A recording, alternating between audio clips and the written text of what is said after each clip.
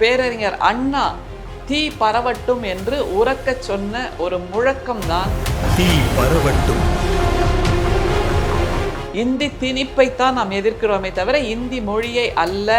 நம்முடைய பிரதமர் மும்மொழி கொள்கையை திணித்தே தீர்வோம். எல்லாருமே ரயில் நிலையங்களுக்கு போனீங்கன்னா ஹிந்தியை முதன்மைப்படுத்தி பெயர்கள் எழுதப்படுகின்றன. தொழிலாளர் வேலை வாய்ப்பு அமைச்சகத்திலிருந்து உங்கி மங்கி சங்கின்னு ஒரு விளம்பரத்தை கொடுக்குறாங்க ஹிந்தியில. சப்கோ சிக்ஷா அச்சி சிக்ஷா, இத்தனைக்கும் பழங்குடி மக்களுக்கான விளம்பரம். பாரதிய ஜன் ஔஷதி கேந்திரா, படிச்ச நமக்கே புரியலைன்னா ஜன் ஔஷதி கேந்திரா அவங்கள்ட்ட போய் சப்கோ சிக்ஷா அப்கி கிக்ஷா அப்படின்னா யாருக்குங்க புரியும்? ஹிந்தியில் பெயர்கள் விளம்பரங்கள் வந்து கொண்டிருக்கின்றன. கனிமொழி அவர்கள் கேட்டார்கள், தமிழ்ல ஒரு பெயர் வைங்களேன், எதற்காக உங்கள் ஹிந்தி திணிப்பை தொடர்ந்து செய்து கொண்டிருக்கிறீர்கள்? Atma Nirbhar it's very difficult. See, that is the problem. சரி, இனிமேல தமிழ்லயே பேசுறேன், புரியுதான்னு சொல்லுங்க. மத்திய பிரதேசம், குஜராத், பீகார், ஒரிசா, பஞ்சாப், எந்த மூன்றாவது மொழி இருக்கு? அங்க ஏதாவது ஒரு பள்ளியில் தமிழ் சொல்லி தரப்படுகிறதா? எதற்காக தமிழ்நாட்டின் மீதாக நீங்கள் மூன்றாவது மொழியை திணிக்கிறீர்கள்? தமிழ்நாடு காலம் காலமாக இருமொழி கொள்கைக்கான மாநிலம் என்பது எல்லாருக்குமே நல்லா தெரியும். நம்முடைய பேரறிஞர் அண்ணா தீ பரவட்டும் என்று உரக்கச் சொன்ன ஒரு முழக்கம்தான் இருமொழி கொள்கை என்பது. மாநில சுயாட்சி என்பது இன்னொன்று, சுயமரியாதை திருமணம் என்பது இன்னொன்று. இது மூணுமே எதற்கான அடையாளம் என்பதை நாம் பலமுறை பேசியிருக்கிறோம், பலமுறை விவாதித்திருக்கிறோம், பலமுறை உணர்ந்தும் இருக்கிறோம். தமிழ்நாட்டின் சிறப்பு என்றால் இந்த மூன்று கொள்கைகள் என்பதை நாம் பலமுறை உணர்ந்திருக்கிறோம். எதற்காக இருமொழி கொள்கை என்று சொன்னார்? நம்முடைய தமிழ்நாட்டில் தான் 1916 உருவாக்கப்பட்ட, நம்முடைய மகாத்மா காந்தி அவர்களால் திறந்து வைக்கப்பட்ட தக்ஷின் பாரத் ஹிந்தி பிரச்சார சபா இன்னமும் மிகச்சிறப்பு செயலாற்றி கொண்டிருக்கிறது. இந்தி மொழி திணிப்பை எதிர்க்கின்ற நம்முடைய தமிழர்கள் தான் அந்த இந்தி பிரச்சார சபாவில் இருக்கக்கூடிய நிலையை அல்லது அந்த கட்டமைப்பை இன்றளவும் போற்றி பாதுகாத்து வருகிறோம் என்பது நம்முடைய மன விலாசம், நம்முடைய மன விசாலம், நம்முடைய அரசியல் தலைவர்கள் நமக்கு கொடுத்திருக்கக்கூடிய அந்த அரசியல் புரிதல் என்பதை நாம் புரிந்து கொள்ள வேண்டும். இந்தி திணிப்பைத்தான் நாம் எதிர்க்கிறோமே தவிர இந்தி மொழியை அல்ல என்பது நம்முடைய தமிழர்கள் அத்தனை பேருக்கும் நன்றாக தெரியும். அப்படியாக இருமொழி கொள்கையை நாம் கொண்டாடி கொண்டிருக்கிறோம். நம்முடைய பிரதமர் 2014 ஆட்சி ஏற்ற பின்பு ஒன்றை திரும்ப திரும்ப திரும்ப செய்து கொள்கிறார். என்னன்னா, தமிழ்நாட்டுக்கு மும்மொழி கொள்கையை திணித்தே தீர்வோம், அதை நீங்கள் ஏற்றுக்கொண்டால்தான் சமக்ர சிக்ஷா அபியான் என்ற அந்த திட்டத்திற்கான நிதியை நாங்கள் விடுவிப்போம், இல்லை என்றால் தமிழ்நாட்டு குழந்தைகளின் கல்வியை, அவர்களுடைய கல்வியை மேம்படுத்துவது மாதிரியான திட்டங்கள் எதையுமே செயல்படுத்த நாங்கள் விடமாட்டோம். நம்முடைய மாண்புமிகு முதல்வர் அவர்கள் திரும்ப திரும்ப திரும்ப திரும்ப தொடர்ச்சியாக அதற்கு எதிர்வினை ஆற்றி போராட்டம் நடத்தி இருமொழி கொள்கை தான் எங்களுடைய அடையாளம் என்று சொல்லி கொண்டிருக்கிறார். எதுக்கு இவ்வளோ நீளமா பேசுறோம்னு கேட்குறீங்க? தமிழ்நாட்டில் மிக சமீபத்தில் செய்தித்தாள்களில் வெளிவந்த சில விளம்பரங்கள் இருக்கு. அது மாதிரி நீங்க எல்லாருமே ரயில் நிலையங்களுக்கு போனீங்கன்னா இந்த ஒரு அறிவிப்பையும் நீங்க பார்க்கலாம். அந்த பெயர்கள் எழுதியிருக்கும்ல ரயில் நிலையங்கள்ல, அதுல ஹிந்தியை முதன்மைப்படுத்தி ரயில்வே நிலையங்களில் பெயர்கள் எழுதப்படுகின்றன. ரயில் துறை அமைச்சர் இந்த மாதிரியாக இந்தி திணிப்பை தமிழ்நாட்டில் செய்து கொண்டிருக்கிறார் என்பதை கண்கூடாக பார்க்க முடிகிறது.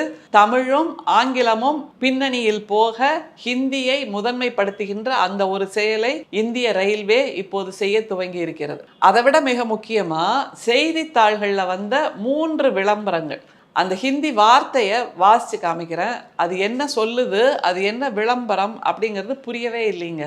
பாருங்களேன் ஒவ்வொன்றா. தொழிலாளர் மற்றும் வேலை வாய்ப்பு அமைச்சகம் அவர்கள் வெளியிட்டிருந்த சமீபத்திய விளம்பரம் தமிழ் செய்தித்தாளில் வந்திருக்கிறது.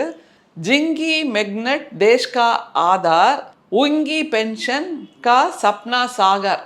இது என்ன விளம்பரம், என்ன சொல்ல வர்றாங்க? ஒரு மொழியோட அடையாளம் எதுக்குங்க? நம்ம சொல்லுகின்ற கருத்தை சொல்ல வேண்டும் கேட்பவர்களுக்கு, வாசிப்பவர்களுக்கு, பயனாளிகளுக்கு, அதுதானே. இது யாருக்குமே புரியாம, யாருக்குமே தெரியாம, பயனாளிகளுக்கு என்ன சொல்ல வர்றோங்கிறதே தெரியாம தொழிலாளர் வேலை வாய்ப்பு அமைச்சகத்திலிருந்து உங்கி மங்கி சங்கின்னு ஒரு விளம்பரத்தை கொடுக்குறாங்க ஹிந்தியில் அப்படின்னா இது எதற்காக? இந்த விளம்பரத்திற்காக செலவு செய்யப்பட்ட அந்த வரிப்பணம் எவ்வளவு? இந்த விளம்பரத்திற்காக நம்முடைய வரிப்பணத்தை நமக்கு புரியாத மொழியில் கொடுக்கிறார்கள் என்றால் நாம் அதற்காக எதிர்வினை ஆற்ற வேண்டாமா? எதிர்குரல் எழுப்ப வேண்டாமா? அடுத்த ஒரு விளம்பரத்தை பாருங்க. சப்கோ சிக்ஷா அச்சி சிக்ஷா, பழங்குடி விவகாரங்கள் அமைச்சகத்திலிருந்து சப்கோ சிக்ஷா அக்ஷி சிக்ஷா அப்படிங்கிறாங்க. அது என்ன? இத்தனைக்கும் பழங்குடி மக்களுக்கான விளம்பரம். படிச்ச நமக்கே புரியலைன்னா பழங்குடி மக்கள் அவர்களுடைய மொழியை, அவர்களுக்கான ஒரு குறிப்பிட்ட டயலெக்டை பேசுறவங்க, அவங்கள்ட்ட போய் சப்கோ சிக்ஷா அப்கி கிக்ஷா அப்படின்னா யாருக்குங்க புரியும்? அப்ப என்ன விதமாக இவர்கள் நமக்கு புரியாத ஒரு மொழியை தமிழ்நாட்டில் திணித்து கொண்டிருக்கிறார்கள்ங்கிறது நம்ம கேட்க வேண்டாமா? அடுத்த இன்னொரு விளம்பரம் பாருங்க. பாரதிய ஜன் ஔஷதி கேந்திரா, இது எங்க இருக்குன்னா ரசாயனங்கள் மற்றும் உரங்கள் அமைச்சகம் வெளியிட்டிருக்கிற ஒரு விளம்பரம்.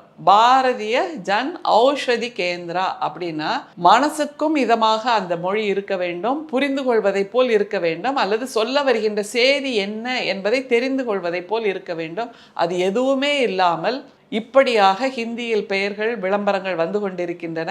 அதனால்தான் நம்முடைய நாடாளுமன்ற உறுப்பினர், நம்முடைய திமுக கழகத்தின் துணை பொதுச் செயலாளர் சகோதரி கனிமொழி அவர்கள் கேட்டார்கள் நாடாளுமன்றத்தில் எழுந்து நின்று, ஏதாவது ஒரு திட்டத்துக்காவது நீங்கள் ஹிந்தி அல்லாமல் வேறொரு மொழியில் பெயர் வைங்களேன், தமிழ்ல ஒரு பெயர் வைங்களேன், இப்படி வாயிலேயே நுழையாத ஹிந்தியில் பெயர் வைத்து எதற்காக உங்கள் ஹிந்தி திணிப்பை தொடர்ந்து செய்து கொண்டிருக்கிறீர்கள் அப்படின்னு ஒரு கேள்வி கேட்டாங்கன்னா அந்த கேள்வி நாம் அத்தனை பேரும் உரக்க கேட்க வேண்டிய கேள்வி என்பதை புரிந்து கொள்ள வேண்டும். அதுவும் இப்போ உள்ள காலகட்டத்தில் எந்த மொழியை போட்டாலும் ஏஐ சாட் ஜிபிடியில் டிரான்ஸ்லேட்னு போட்டிங்கன்னா அந்த மொழி அழகாக பேசுகிறது ஒரு எந்திரம், ஒரு தொழில்நுட்பம். அப்படிங்கும்போது எதற்காக நீங்கள் நமக்கு அந்நியமான ஒரு மொழியை கற்றுக்கொள்ள வேண்டும்? அப்படியே கற்றுக்கொண்டாலும் கூட அது நமக்கு தேவையில்லாத போது எதற்காக மூன்றாவது மொழியை கற்றுக்கொள்ள வேண்டும் என்பதைத்தான் நம்முடைய தமிழ்நாட்டு மக்கள் கேட்கிறார்கள். மும்மொழி கொள்கை என்று ஒன்றியம் உரக்க பேசுகிறது இல்லையா? சரி, தமிழ்நாட்டுக்கு நீங்கள் ஹிந்தியை கொடுக்கிறீர்கள். வட மாநிலங்கள் உத்தரப்பிரதேசம், பீகார், ஒரிசா, பஞ்சாப் இந்த மாதிரியான மாநிலங்கள், மத்திய பிரதேசம், குஜராத் இந்த மாதிரியான மாநிலங்களில் எந்த மூன்றாவது மொழி இருக்கு? அதை சொல்லுங்களேன் நீங்க எங்களுக்கு. அங்க ஏதாவது ஒரு பள்ளியில் தமிழ் சொல்லி தரப்படுகிறதா? அங்க ஏதாவது ஒரு பள்ளியில் தமிழ் ஆசிரியர்கள் இருக்கிறார்களா? அங்க ஏதாவது ஒரு பள்ளியில் திருக்குறள் சொல்லி தரப்படுகிறதா? எதற்காக தமிழ்நாட்டின் மீதாக நீங்கள் மூன்றாவது மொழியை திணிக்கிறீர்கள்? அதுவும் தமிழ்நாட்டின் செய்தித்தாள்களில் புரியவே புரியாத இந்த மாதிரியான விளம்பரங்கள் எதற்கு? அதன் மூலமாக மக்களின் வரிப்பணத்தை ஒன்றியம் எதற்காக வீணடிக்கிறது என்பதை மிஸ்டர் பொதுஜனம் கேட்கிறார். அவரோடு சேர்ந்து தமிழ்நாட்டு மக்களும் கேட்கிறார்கள். தமிழ்நாட்டு மக்களின் குரலாக நம்முடைய திராவிட மாடல் நாயகர் முதல்வரும் திரும்ப திரும்ப இந்த கேள்வியை கேட்டுக்கொண்டிருக்கிறார். நம்முடைய பேரறிஞர் அண்ணா சொன்ன தீ பரவட்டும், அதுதான் நம்முடைய கொள்கை, இருமொழி கொள்கை. தமிழுக்காக உயிர் துறந்த உலகத்தின் வேறு எந்த நாட்டிலும் நடக்காத ஒரு புதுமை. தமிழுக்காக தமிழ் மொழி போரில் உயிர் துறந்த அந்த தியாகிகளை கொண்ட நிலம் எது என்றால் நம்முடைய தமிழ்நாடு தான். எனவே மும்மொழி கொள்கையையும் எதிர்ப்போம், ஹிந்தி திணிப்பையும் எதிர்ப்போம் என்பதை மீண்டும் உறுதிப்படுத்துகிறது நம்முடைய தமிழ் செய்தித்தாள்களில் வருகின்ற இந்த ஹிந்தி விளம்பரங்கள்.